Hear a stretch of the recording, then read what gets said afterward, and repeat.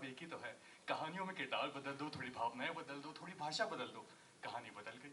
लंका की लड़ाई भी वही है जो यूनान की चढ़ाई है, वही गंगा है, वही थेम्स है, बस नाम बदल गए, किरदार बदल गए और कहानियां नई हो गई। चलिए, कहानियों की दुनिया में हम अक्सर बात करते हैं, एक था राजा, एक थी रानी, दोनों मिल गए, खत्म कहानी। कितनी अच्छी होती है ना वो कहानियां, जहाँ पे सब कुछ खुश खुश रहता है और सबको खुश खुश में ही खत्म हो जाता है। लेकिन वक्त हमारी कहानी कहाँ राजा रानी वाली कहानी। तो आज कहानियों की दुनिया से राजा और रानी को दूर कर देते हैं। आज आपको कहानी सुनाते हैं रेगिस्तान की। रेगिस्तान रेगिस्तान में एक भटकता हुआ आवारा था, और जब वो आवारा भटक रहा था, गर्म धूप में, गर्मी में फिसल रहा था, समझ नहीं पा रहा था, तरबदर भटक रहा था, तब रेगिस्तान में बरसात हुई। बरसात आपको पता है किस चीज की हुई थी? संत कबीरदास का दोहा है, पोथी पड़ी पड़ी जग मुआ, पंडित भया ना कोई, ढाई आखिर प्रेम के, पढ़े सो पंडित वही। तो इस प्रेम की दास्ता जब मैं पढ़ रहा था, तो उस रेगिस्तान के आदमी की भी दास्ता समझ में आया। प्रेम के कुछ 7 चरण होते हैं, 7 पार्ट्स में प्रेम होता है। हर एक भाग का आपको बात बताऊंगा। ये रेगिस्तान में बारिश हुई और इस भिखारी को पानी मिल गया। इसको दिलकशी हुई और दिलकशी के साथ प्रेम का पहला चरण शुरू हो गया। इस दिलकशी के साथ वो पानी में जब खो रहा था, तो उसके उन्स में वो बैठ गया। उन्स यानी स्वीकार करना, भरोसा करना। उस नदी में उसका उन्स इस तरीके से छलक रहा था कि छलकाती हुई नदी से वो पूछना, ओरे वो नदी तो कहाँ से आई है और क्यों आई है, और यहाँ पे मेरे दिल में क्यों आग लगा रही है। उन्स के बाद आता है इश्क। उस नदी के साथ उसका इश्क इस तरीके से हुआ था, इस तरीके से छलछलाहट में वो पड़ रहा था कि उस नदी से उसको प्यार हो गया था। आज रेगिस्तान में पानी आया है, आज मेरी दिल की खुशी आई है, आज इश्क आया है। अब इस इश्क से अकीदत की तरफ पहुंचा। अकीदत यानी भरोसा। अकीदत की तरफ मैं इस तरीके से पहुंचा था कि इस नदी में अपने आप के जीवन को समर्पित कर दिया था। नदी की बाहों में वो भी भटक सा गया था, खो सा गया था, और नदी में हमेशा के लिए समा गया था। अब अकीदत के बाद आती है इबादत। उसकी इबादत इस तरीके से कर रहा था कि मैंने उसे भगवान बना दिया। भगवान बना के रेगिस्तान में एक नई देवी का आचरण कर दिया। इस देवी के आचरण को मैं नमन करना चाहूँगा, उसके पाँव को मैं सलकनाना चाहूँगा। और अब इबादत के बाद आता है जुनून। इस नदी का मुझे ये जुनून है कि ये नदी सिर्फ और सिर्फ मेरी है। इस रेगिस्तान में इस नदी का और कोई भी आचरण नहीं कर सकता, ना कोई जीव जंतु, ना कोई लोग, ना कोई इंसान।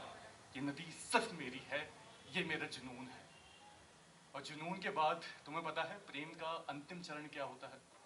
एक ऐसी चीज होती है जो ना भूत में रह पाती है, ना भविष्य में रह पाती है, ना वर्तमान में रहती है। वो बस रहती है समय से परे, आदमियों के पार, और इस दुनिया से बिल्कुल अलग। वो है मौत। ये मौत जब हुई थी तो नदी वो विलुप्त हो गई थी। वो नदी कभी थी ही नहीं वहां पे। इस रेगिस्तान में इस भिखारी को फिर से धोखा हुआ था। इस रेगिस्तान में तो कभी बारिश हुई नहीं थी। इस रेगिस्तान में तो कभी नदी आई ही नहीं थी। क्या था वो, कैसे था वो, पता नहीं, लेकिन वो बस प्रेम था। ना कभी था, ना कभी होगा, ना कभी रहेगा, लेकिन मेरे दिल में रहेगा वो प्रेम। चलिए, एक भगवान की और बड़ी कृपा है मेरे ऊपर। कहानियों के साथ साथ मैं पोइट्री भी बना लेता हूँ, ऑन द स्पॉट बना लेता हूँ। अभी बनाते हैं पोइट्री। तो आप सबको 3 हिंदी उर्दू कोई ऐसे शब्द देना समझ में आए। अंग्रेजी मत देना, अंग्रेजी में हाथ थोड़ा तंग है मेरा। हिंदी हिंदी उर्दू कोई सा भी। पहले जज से कोई हिंदी शब्द आपका। इनायत। इनायत का मतलब आप बता सकते हैं एक बार? मैं कंफर्म कर रहा हूँ बस। भगवान की, खुदा की कुछ रहमत कुछ। इनायत, ओके ठीक है। इनायत। आप दूसरे जज से भी पूछ लेते हैं, आपका कोई? हुस्न। आपका? महसर। मयत्सर। इसका मतलब बता सकते हैं आप एक बार? क्या? नसीब होना। मयत्सर। मयत्सर सही बोल रहा हूं ना मैं? मयत्सर, हुस्न और इनायत। तुम्हारे हुस्न के पन्ने पढ़ रहा हूं आज मैं। नई किताब देखी है मैंने। कहते हैं ये उस खुदा की इनायत है। तुम्हारे हुस्न को मैं थोड़ा झांक रहा हूं, तुम्हारे हुस्न को मैं देख रहा हूं। इस मयत्सर की दास्तां मुझे भी बता देना।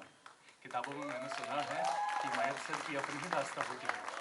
तुम्हारे हुस्न की बारियों के बारे में मैं नए शब्द लिख रहा हूँ। किसी शब्द के साथ मसरूफ हो जाना। सुना है कि हुस्न में लोग खो जाते हैं, मैं भी खो जाता हूँ। इस भगवान ने, अल्लाह ने, खुदा ने मुझे कुछ ज़्यादा दिया नहीं है, लेकिन हाँ तुम्हारे हुस्न की तारीफ दी है, तो इसी की इनायत तुम्हारे सामने रख देता हूँ। कुछ और शब्दों के साथ आना, कुछ और शब्दों के साथ मेरे बाहों में आना, लेकिन मुझे कभी मत छोड़ना। ये तो सिर्फ एक धोखा था, ये तो बस एक मयस्सर भी कह सकता हूँ, लेकिन मेरे दिल का था। छोड़ना तो अभी सबको ही है। ये हुस्न की किताबों के पन्ने पलटेंगे, ये किताब भी ख़त्म होगी, बंद होगी, कहीं और चल जाएगी। शायद तक किसी और खुश नसीब को वो इनायत मिलेगी, किसी और खुश नसीब को मयस्सर भी मिलेगा, सब कुछ मिलेगा, लेकिन हाँ चलिए अपनी वाणी को मैं विराम देना चाहूँगा। साहिल लुधियानवी जी, बड़ा सुनता हूँ मैं उनको, और उनकी बड़ी खूबसूरत पेशकश है, उसके साथ आज की इस मेरी वाणी को विराम देना चाहूँगा। ये जुल्फ अगर खुल के बिखर जाए तो अच्छा होता, ये रात की तकदीर अगर संवर जाए तो अच्छा होता, जिस तरीके से तेरे साथ ये ज़िंदगी बीती है बाकी की भी बीत जाए तो अच्छा होता। ये जो बोझ है दिल पे कि अच्छा क्या है बुरा क्या है, वैसे ये बोझ तेरी वजह से आया है, लेकिन ये दूर हो जाए तो अच्छा होता। अच्छा होता कि आप जोर से ताली बजा देते तो मैं भी अपने आप को विराम करता। धन्यवाद। This is your very on गुलाबी नगरी छोरो वन प्रताप सिंह। और प्यार बांटते रहना, खुशियाँ बांटते रहना, और मैं शब्दों तो आपको सुनाते रहूँगा। धन्यवाद।